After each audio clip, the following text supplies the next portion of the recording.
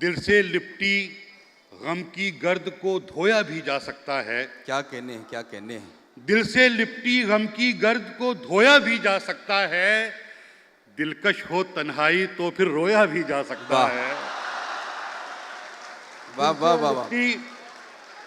दिल से लिपटी गम की गर्द को धोया भी जा सकता है।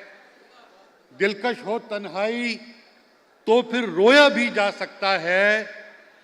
इनमें अक्सर उम्मीदों की फसलें उगती देखी हैं। वाह। इनमें अक्सर उम्मीदों की फसलें उगती देखी हैं।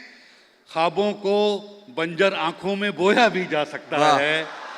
इनमें अक्सर उम्मीदों की फसलें उगती देखी हैं। क्या कहने। ख्वाबों को बंजर आंखों में बोया भी जा सकता है। और एक लफ्ज है जोम, जिसका मतलब है गुरूर, घमंड। वाह।